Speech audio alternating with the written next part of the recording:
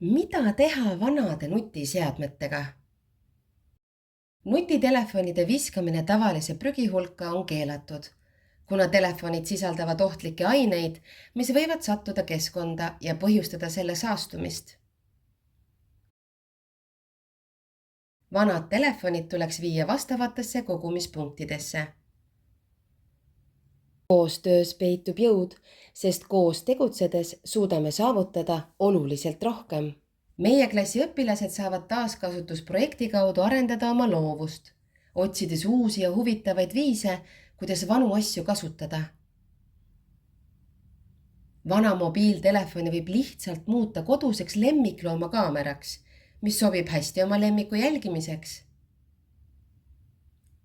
Lihtsalt lae alla oma vanale telefonile tasuta turvakaamera rakendus, mis võimaldab jälgida telefoni kaamerat reaalajas.